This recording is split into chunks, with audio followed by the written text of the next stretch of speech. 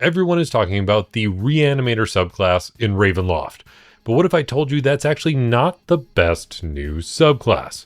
You see, in the new Ravenloft book, there are 7 subclasses that are added to the updated version of D&D. 5 of those 7 are actually updates to older subclasses that have been around for a while. And most of those have very needed updates. Like the Shadow Sorcerer now has the Hound of Ill Omen that actually has the ability to be upcast and be stronger, where the old one was kind of stagnant. The updated Grave Domain Cleric does have a slight nerf because it doesn't have the extremely overpowered ability of making enemies vulnerable to an attack, but it's mostly just balanced out. But there are 3 subclasses that really shine, and 2 of them are brand new. And before we jump into the most powerful one, which surprisingly actually kind of encourages you to eliminate one of the core mechanics of the base of the class itself, let's dive into the Reanimator, the one that everybody's talking about. You see, this one is the coolest thematically.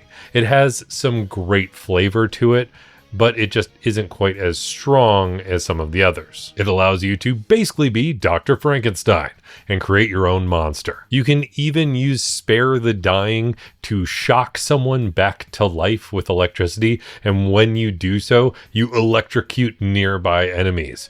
But this relies pretty heavily on somebody else going down in battle, and the actual monster or reanimated thing that you're summoning isn't as strong as I would like it to be, but it's got some great flavor because it gets healed with lightning damage, so you can blast lightning bolts and it actually gets healed while damaging your enemies. Another subclass that got a massive improvement, even though it's an older subclass that actually got updated, is the Spirits Bard. The Spirits Bard used to have some interesting flavor. It kind of felt kind of Shakespearean before, but it kind of got rid of that Shakespearean vibe and went a little more 13 Ghosts, because you can summon a ghostly spirit, and while you can leave it up to chance to randomly get a spirit that might help you in the situation, you can just as easily summon whichever spirit you want. And some of them are incredibly powerful. But I swear whoever was building this subclass had just watched the 13 Ghosts movie, because you can have a ghostly spirit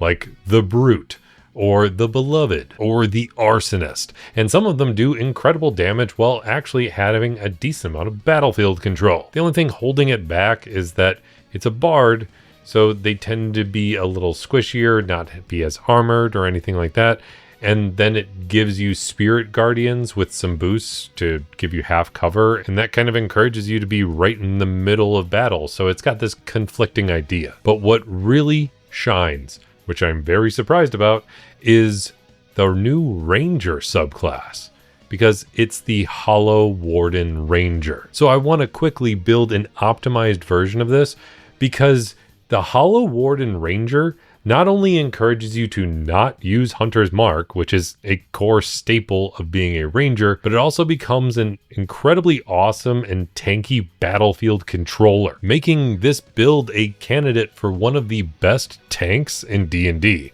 which I never thought I would say about a ranger. So let's run through how to optimize it while at the same time talking about the new features of the subclass. So first, if you want to optimize it, yes, there are new species added in Ravenloft, which are pretty cool. They finally have a wolf-like species, making a certain audience probably very happy, but it's not the perfect species for this build.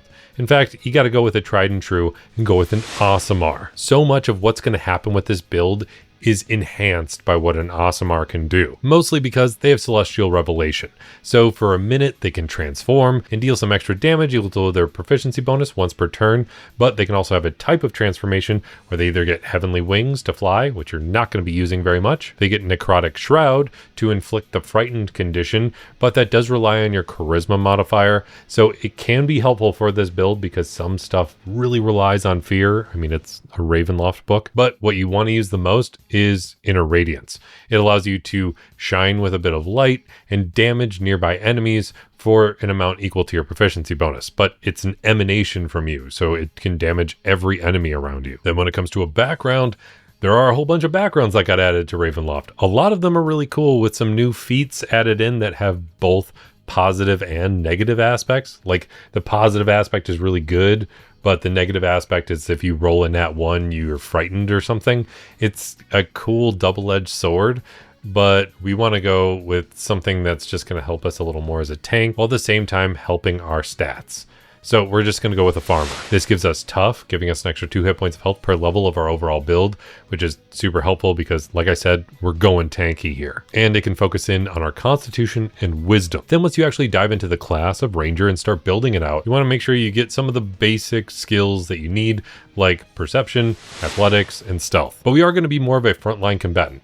So since rangers actually get access to light and medium armor, and they can use basically all weapons, we want to be using melee weapons more often, and we need to be using medium armor and a shield because we need some solid armor because we're going tanky. I cannot say that enough. So work your way up to half plate, grab a shield, and make sure you have just enough dexterity to max out that armor class. This is going to bring your armor class to 19 as a base, but we'll improve that pretty shortly. Then at first level of ranger, you get favored enemy. This is going to be a core mechanic you need to keep in mind. Despite the fact that I already mentioned that you don't need to be focusing on Hunter's Mark as much, because favorite enemy gives you access to Hunter's Mark. You automatically know the spell, it is always prepared. But this feature specifically allows you to cast it twice without using a spell slot, and the amount of uses of this goes up as you level up in Ranger. You also get some spell casting right at level 1 of Ranger, and we need to be focusing on the tankiness and the battlefield control as much as possible. But we want some damaging stuff in there too. So when it comes to all the first level spells you're going to want to grab, get Absorb Elements to make sure you have a defensive option for taking elemental damage. It allows you to cut the elemental damage in half and then dish it back out to an enemy. Then also grab Cure Wounds so you can heal yourself, and Long Strider to boost up your movement speed by 10 feet. This just makes it so you can get into battle faster and make sure you're ahead of the party, because battlefield control really relies on making sure that you are where you need to be. So you have to work on your positioning. So to focus in on the control aspect, you want to grab Ensnaring Strike, which allows you to hit an enemy, and then once you hit them, you can suddenly decide, I'm going to ensnare them at the same time, wrapping them up and restraining them. And that enemy gets restrained with thorny vines, taking some piercing damage at the same time. But if you're fighting more than one enemy at a time, you want to make sure you can hit the whole crowd. So also grab Entangle. This creates a 20-foot area of difficult terrain, and it can restrain your enemies. But you are immune to being restrained, so you can cast this right at your feet if you're right in the middle of a whole bunch of people attacking you. But another great spell to have, just for a little bit of damage, but also for some positioning, is Zephyr Strike. It'll boost your speed by 30 feet, and you can dash through an enemy, damaging them, and at the same time moving to where you need to go. Then the last thing you get at level 1 of Ranger is a Weapon Mastery with 2 weapons. So we're going to grab Weapon Mastery with a club and a quarterstaff. Clubs give you the feature Slow, so you can slow an enemy down. Great for battlefield control. But quarterstaffs give you Topple. Now, Topple does require a saving throw, so there's a chance that your enemies are going to succeed. But if they fail, they're knocked prone. And this relies on whatever ability score you used to make the attack in the first place. And that's going to be important because at second level of Ranger, you get a fighting style. So you're allowed to grab any normal fighting style, but you're also allowed to take Druidic Warrior, allowing you to choose 2 Druid cantrips. So we're going to grab 1 for battlefield control again, which is Thorn Whip. It allows you to grab an enemy and pull them 10 feet closer to you, while at the same time doing some damage. But we also want to grab Shillelagh. This will take your quarterstaff or your club and make it magical so it can deal its normal damage, or it can deal force damage if you want it to. Then it also uses your spell casting modifier. So now we only need to focus on wisdom going forward. Then at third level of Ranger, you finally get to dive into the subclass. And obviously we're going with Hollow Warden. Hollow Warden gives you amazing spells to add to your arsenal. Like right at level 3, you get Wrathful Smite, which allows you to considerably boost up your damage while at the same time inflicting fear. And fear is going to be a big part of this subclass, because fear as a condition, if it's inflicted on anyone, makes it so you can't move closer to the source of your fear, and it makes it so that they have disadvantage on all the ability checks and attack rolls they make while the source of their fear is within sight. So if you strategically place yourself between the party and your enemies, that means they can't move closer to you, meaning they can't move towards your party. And all of the attacks that are coming at you or their party are going to be at disadvantage. But level 3 of Hollow Warden also gives you the most important feature of the subclass. It's called Wrath of the Wild. It allows you to use a bonus action to transform for a minute. And you do so by expending one of your uses of favored enemy. Not Hunter's Mark, but favored enemy. So this is encouraging you to use your favorite enemy for things other than Hunter's Mark. And frankly, the requirement of Hunter's Mark being such a core aspect of Ranger is something that kind of held it back previously. So having the feature be a little more versatile is so much better. But while you have Wrath of the Wild active, you get 3 bonuses. First, you get Ancient Armor. So your armor class is automatically boosted by 1. And that armor class again gets boosted once you hit Ranger level 11, getting a +2 instead. Then you get Prowling Retribution. This one's kind of cool because basically any enemy within 5 feet of you that makes an attack against anyone and lands it, dealing any damage, means that you can make an opportunity attack against them. So it doesn't just rely on them trying to run away. If they try and hit you, they try and hit an ally, you get to hit them. Now there is a way to cheese this if you wanted to be much more focused on spell casting, and you can multi-class and then have much more single target spells and get Warcaster and really amplify the whole opportunity attack aspect. But we want to go purely Hollow Warden here. And then the last feature you get is Unnerving Aura. Like I said, fear is a major aspect of this core subclass, because when you transform and at the start of each of your turns, any creature within 10 feet of you has to make a wisdom saving throw, otherwise they're frightened. Then at 4th level of Ranger, you get an ability score improvement. So this is our starting ability scores. We're very heavily focused on wisdom here. That's kind of a core aspect. We're going to be doing a lot of spell casting too. So this is going to be super helpful. We're going to go ahead and boost that up even further by throwing 1 point into Constitution and 1 point into Wisdom. Then 5th level of Ranger gives you extra attack. So now you can attack twice with that shillelagh per attack action. You also get access to 2nd level spells. So you automatically get Alter Self from being a Hollow Warden. This makes it so you can change certain aspects of yourself, whether if you want to climb up walls or if you want to swim underwater and not worry about breathing.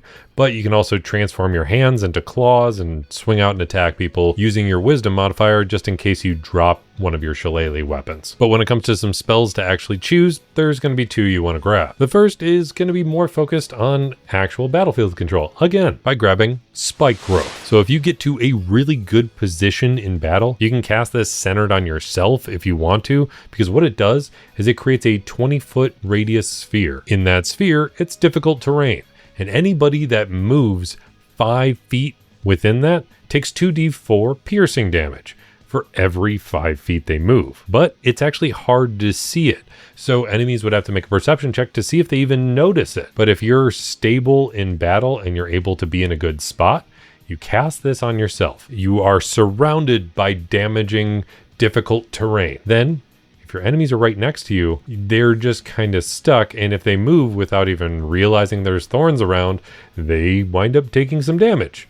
And if they keep moving, they keep taking damage. But if they get a little too far away, you use your Thorn Whip and pull them back in. But there is another great spell that's going to help you in battle quite a bit, and that's by having some backup. So grab Summon Beast. This allows you to summon some sort of spiritual beast to aid you in battle, doing attacks and whatever else you need.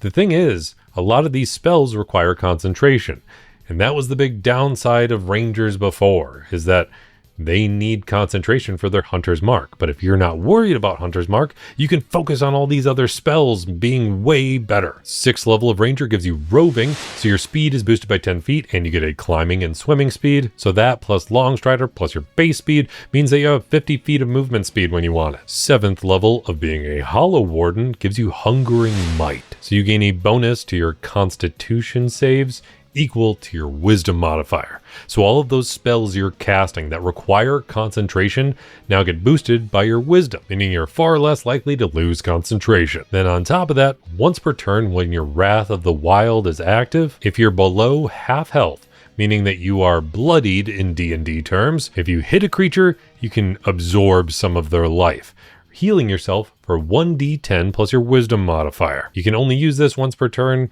but that is a bunch of healing that you don't really have to worry about. 8th level of Ranger gives you another ability score improvement, so let's go ahead and throw 2 more points into Wisdom. 9th level gives you Expertise and 2 skills, so boost up your Athletics and Stealth. And you also got Expertise earlier that I kind of forgot to mention, so boost up your Perception with that one. Then also at 9th level, you get access to 3rd level spells. By being a Hollow Warden, you get Phantom Steed. so you have a way to ride around pretty quickly, and it fits the whole ghostly theme. But as far as spells you actually get to choose, there's definitely going to be a bit of a damage spike here because we get a bunch of good damaging spells. We'll grab Conjure Animals. This allows you to summon a pack of animals to do some damage. They're spectral animals, so they can kind of move around without being stuck behind things. You get advantage on strength saving throws while you're within 5 feet of this pack of animals. And whenever the pack moves within 10 feet of an enemy, or an enemy moves within 10 feet of them, or even ends its turn within that distance, you can force that creature to make a dexterity saving throw, dealing 3d10 slashing damage if they fail. Then we'll also grab Conjure Barrage,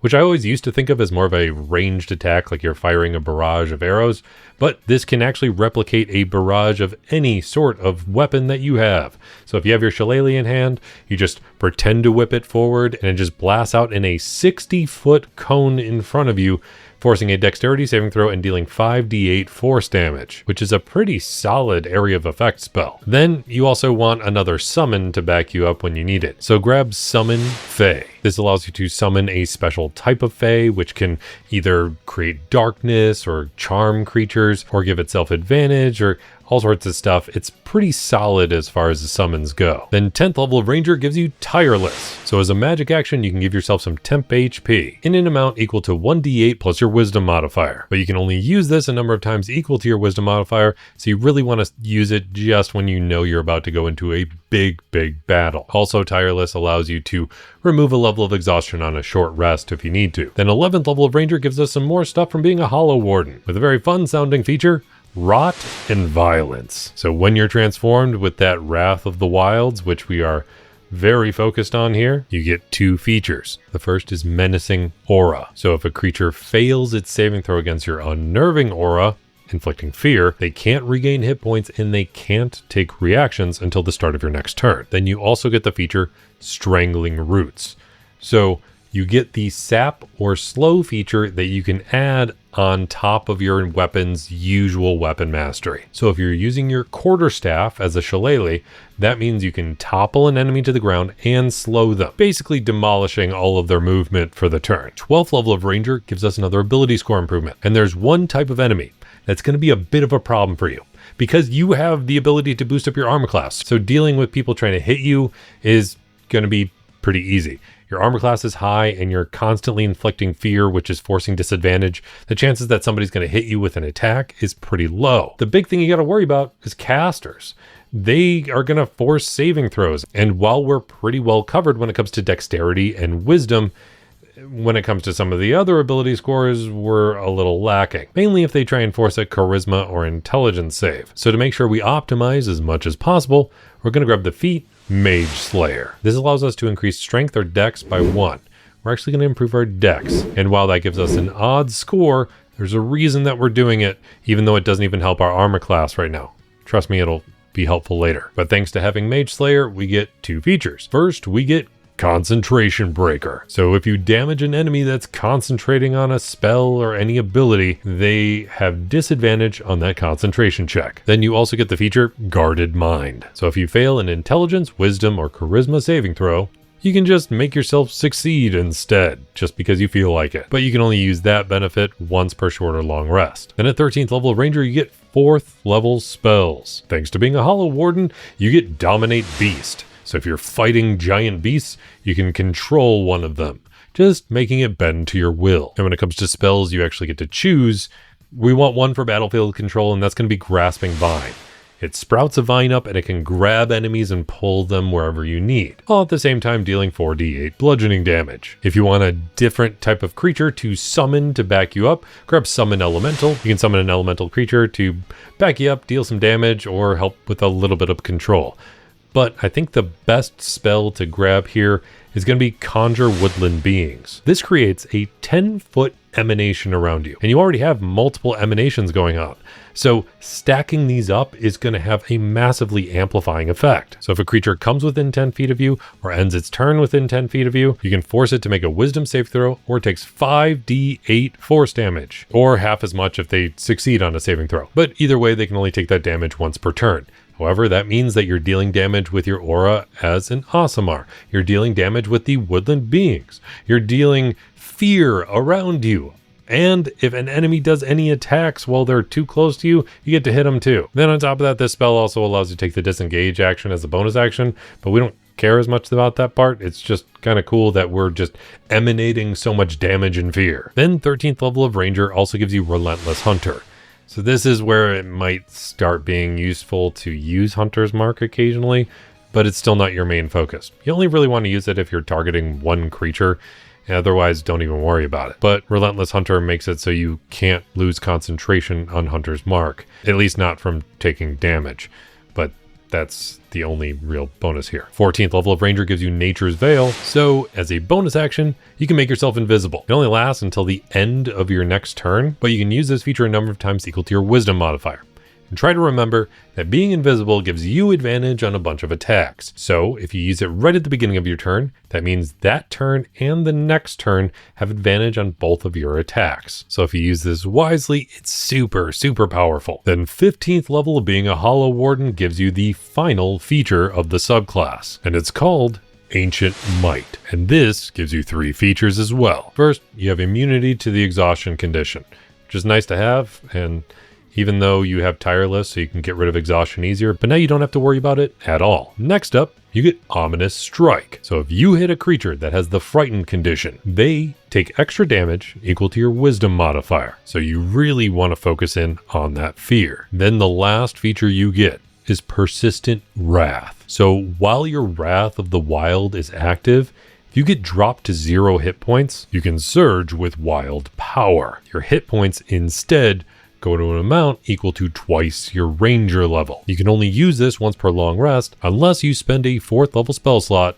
to gain it again without even requiring an action. So that means you have plenty of self-healing going on, and it's pretty darn hard to kill you. And just to make it even harder, at level 16 of Ranger, you get an ability score improvement. So we're going to take another feat, and we're going to go with Medium Armor Master. This allows us to boost up our dexterity by 1 more point, bringing it to 16. And that's important because usually 14 is all that's really going to help you if you're using medium armor. But thanks to Medium Armor Master, if you have at least 16 in your dexterity, you can add a +3 to your armor class instead of just +2. That means with your shield, your half plate, your Medium Armor Master, and your Hollow Warden stuff, you have 22 armor class. Then at 17th level of Ranger, you get Precise Hunter. So anybody that's under the effect of your Hunter's Mark spell, you have advantage on attacks against them.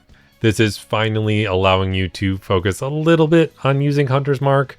I know that you don't really need Hunter's Mark for the majority of this build, but if you're doing a one-on-one fight, or you're just at least targeting one big bad, it's finally starting to lean a little more towards using Hunter's Mark. But if there's any number of enemies beyond just one to focus on, then still use everything else in your arsenal. And also, at 17th level, you get access to 5th level spells. And as a Hollow Warden, you get Steel Wind Strike. And this is great for hitting a bunch of enemies at the same time. But you can target up to 5 enemies all nearby and do a bunch of damage to all of them. It's like you're teleporting around, hitting them with melee attacks, and each of them takes 6d10 force damage, and then you teleport to within 5 feet of one of the targets. It's pretty darn powerful, especially if you're in the middle of a bunch of targets. It's absolutely great, and it's a great 1 damage spell. It's instantaneous, so you can still concentrate on something else at the same time. But if you don't want to just target enemies around you, also grab the spell Conjure Volley. It allows you to brandish a weapon, cast a spell, and drop a bunch of these weapons on an enemy. It targets a 40-foot radius, 20-foot high cylinder, forcing dexterity saving throws and dealing 8d8 force damage. 40 feet of radius is absolutely massive, and that will be targeting enemies further away. So if you're about to go up against a big army, use that as your opener, then start worrying about the rest. Then at 18th level of Ranger, you get Feral Senses. So you have blind sight within a range of 30 feet. And this is actually really helpful if you wind up summoning a Fae that casts darkness. So that way you can fight your enemies in the dark and absolutely obliterate them because you're essentially invisible to all of them all the time. And then at 19th level of Ranger, you get to choose another feat, but you can choose an epic boon if you want to. I was very torn here because you have so many fear-inflicting effects that enemies are going to want to run away from you occasionally. And if you want to be more tank focused, grabbing Sentinel would be super helpful. but we're trying to optimize here. And if you're strategically placed in a great way, then having Sentinel won't help as much. You're really just trying to keep enemies away from your allies while doing as much damage as possible. And you also have so many controlling spells that you don't have to worry about it as much either. Not to mention, if you have spike growth active, you want them moving around and you want to pull them back in. And Sentinel locks an enemy down. Although it would help with your opportunity attacks a little bit, it's still just better to go with something else. So we're going to go with an epic boon, and we're going to grab the Boon of Fortitude. You are obviously tanky here. Boon of Fortitude gives you another 40 hit points of health to play around with. But on top of that, because the Hollow Warden has such great self-healing, they can literally heal on every single turn when they're attacking as long as they're below half health, and they have spells like Cure Wounds, and allies might be healing them too if they're actually playing the tank in the party. So having something like Fortified Health will allow you to add your Constitution modifier to any healing you take once per turn. So if you're healing yourself every turn, that's adding your Constitution modifier every single turn, which is an absolutely staggering amount of healing. Like, you just keep healing yourself, and it's so good. And thanks to this feat, we can boost our Constitution by 1 more point, rounding it out. Another way to optimize, because I need to focus on optimization here. It's kind of half the point of this build. And then at 20th level of Ranger, they want to nudge you towards using Hunter's Mark a little more one final time by boosting the damage die from your Hunter's Mark from 1d6 to 1d10. So it's finally a little bit better, but again, you still only want to be using this if you are doing a battle against one creature and that's it. And you still might even want to do more of a summoning spell or something. So you have tons of battlefield control. You have tons of ways to damage a huge group of enemies around you. You are constantly inflicting fear. You are keeping enemies away from your allies, and you are absolutely awesome as a tank and a ranger, which is something that I didn't think was gonna be that good. This is frankly my favorite subclass in the new Ravenloft book. Although the new Spirits Bard is really good and I kind of wanted to go with that, this is just a little bit better because it's more cohesive. And it actually gives you a reason to not use Hunter's Mark, which is another thing I never thought I'd say about a ranger. I make tons of D&D content here, so if you like it, subscribe. It doesn't really matter that much to subscribe, but it makes me feel good when that number goes up. And if you want access to a character sheet for this build or any of my other builds, I'll have them up on Patreon. I try to share all the books that I get access to because I buy them all as early as possible. And I share character sheets for every single one of my builds. And there's a free trial for it if you're interested. It's linked down below. But if you made it all the way to the end of this video, let me know by hitting that like button. And I'll be here helping you roll at least 3 nat 20s in your next D&D session. Especially if you want to inflict fear on all of your enemies by being the most battlefield controlling tank ranger that I've ever built in D&D.